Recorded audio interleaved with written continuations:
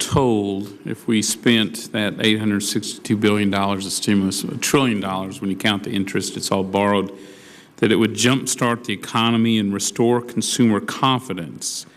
As for jumpstarting the economy, it is now slowing, and every sector has lost jobs unless you're a government worker. As for restoring consumer confidence, 90% of Americans believe that the economy is bad shape. Almost 3 out of every 4 believe it won't get better anytime soon. Consumer confidence is lost so much, it's back to where it was when the stimulus was passed. We've lost a year and a half of consumer confidence. They're clearly not going back to the stores. Have you seen anything in your statistics that show consumer confidence has been restored?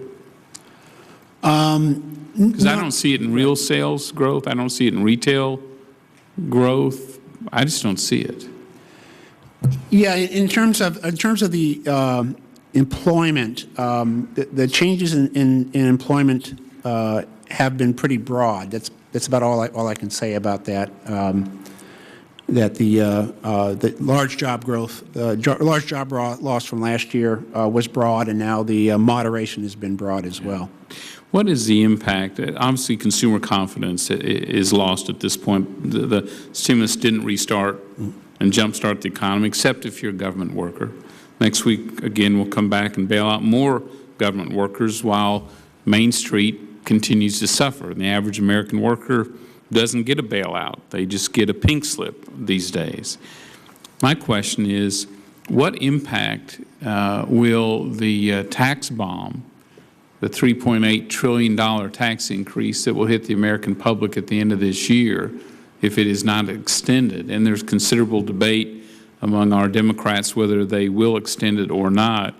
What would be the impact of increasing taxes, income taxes on most Americans, on cutting the child tax credit in half, in bringing back the marriage penalty, which is about a $600 hit for most families?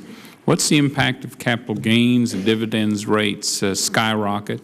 If the death tax it comes back in full force, the alternative minimum tax, that second tax, the double tax on families, middle-class Americans, what is the economic impact if Americans find themselves wake up on January 1st, that tax bomb has gone off? Yeah, I wouldn't want to speculate on the possible impact of anything like that.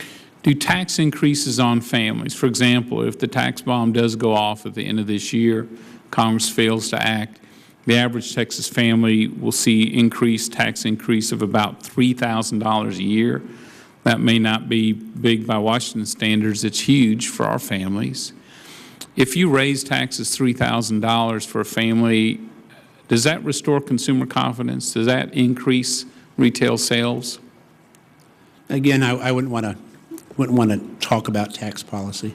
Well, if you take $3,000 a family out of people's pockets, they send it here to Washington rather than go to the local store or the mall or eating out or buying an iPod for their children. Does that improve retail sales when money is diverted from the local economy up to Washington? Again, I wouldn't want to talk about the impact of something like that. What are you seeing in the energy sector? Speaking of people who are losing their jobs, right now the energy sector for last month stayed fairly even. We've seen announcements in the Gulf of companies redeploying workers overseas because the rigs are no longer being able to work in the Gulf of Mexico. Small businesses tell us that they have begun layoffs because they cannot go till the end of November, 6 months, without their primary source of revenue. And each of the rigs that is idle in the Gulf has between 1,000 and 1,500 workers tied directly to it, as well as, on average, 1,000 vendors who supply those services. Those rigs are now idle, as well as in the shallow water.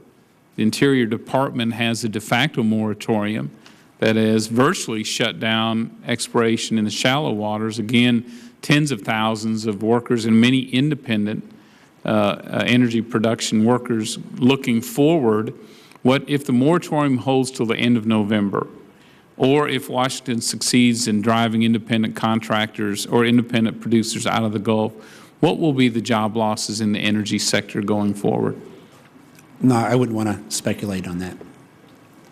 But the companies that do drill in the Gulf, especially the independents that make up about 80%, largest shareholder in 80% of those wells, those are almost all U.S. American companies. If those companies lay off workers, those will be American energy workers. Gentleman's time has expired. But Commissioner Hall, you may answer. I wouldn't want to speculate on what could happen. Okay, thank you. Well, one way that we do not speculate is when we look at numbers. Numbers do not lie. And when we look at this